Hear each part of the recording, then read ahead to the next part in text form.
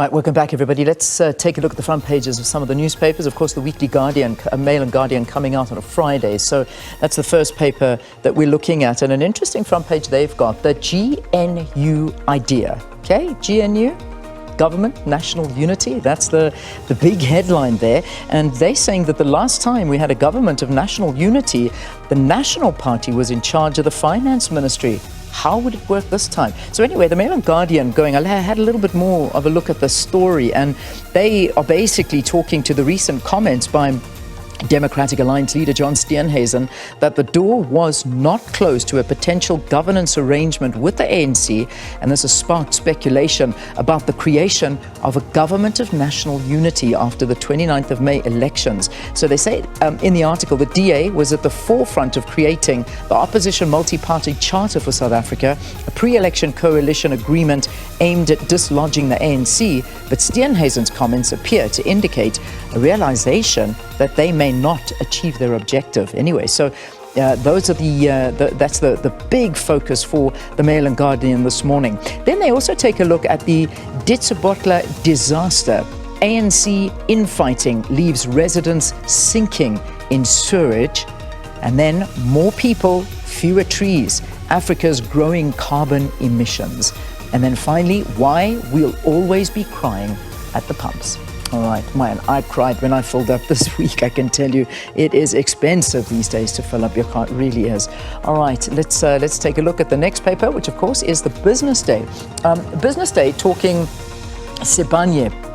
Devastating story there. 4,000 more jobs at risk, and the gold miner prepares to slash its workforce for the third time in a year is what they're leading with, and that's after they announced additional restructuring at some of its South African gold mining operations that could result in 4,000 more job losses, underscoring the troubles facing the mining house, which recently wrote off almost 50 billion rand worth of assets. So it's a big one there. And then of course the graphic that they've got there is just showing exactly the bloodbath. We're talking about Sibanye and what it is that they've been doing with their jobs and also their everything happening in terms of the share price.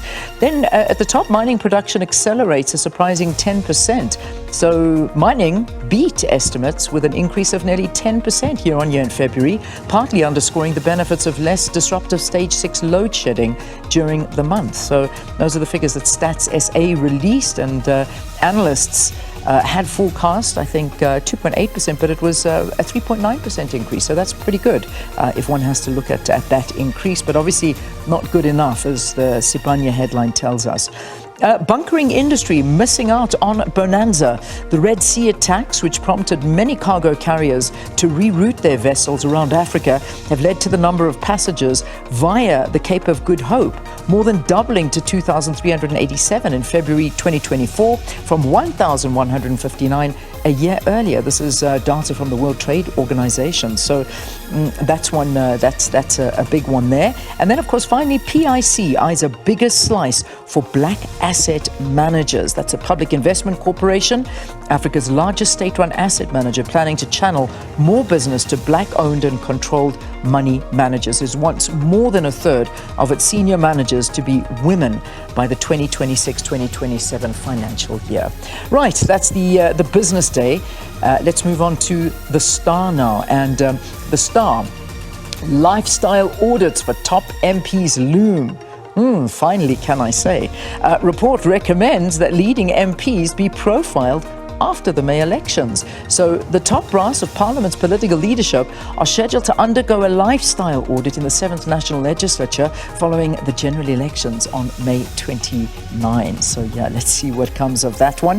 The photograph they've got here is a small group of students who claim financial exclusion, burnt tires and blockade roads around the Doornfontein TVET College in preparation for the big protest today. So that's what their lead picture is. And then, of course, under that, Zuma slams CR over Phala Phala scandal. Former president again lashed out at President Ramaphosa, saying he has been manipulating the South African judicial system.